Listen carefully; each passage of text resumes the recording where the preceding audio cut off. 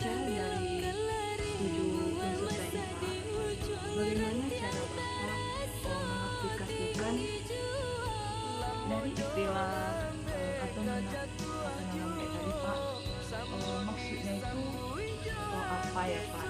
Terus bagaimana cara Bapak mengaplikasikan atau nama dengan masyarakat di tempat ini Pak? Baik, sedikit saya jelaskan tentang istilah dengan kartu dan angke.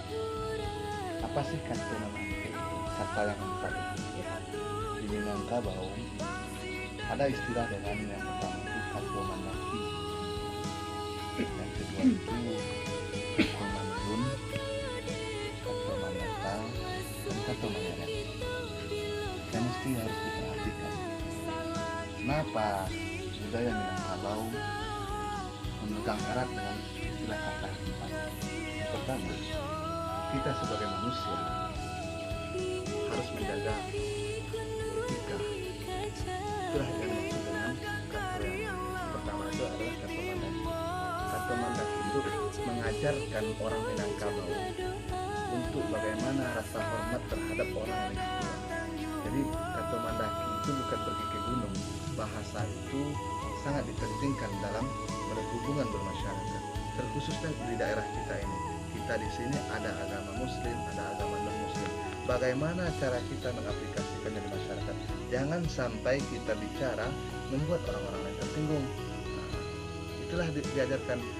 Kamu contohnya dikuliahkan oleh orang tuamu ke jauh-jauh ke Padang.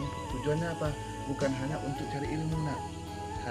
Tapi tujuan kamu kuliah itu bagaimana cara adab-adab yang baik. Karena apa nak? Kami di dalam Islam.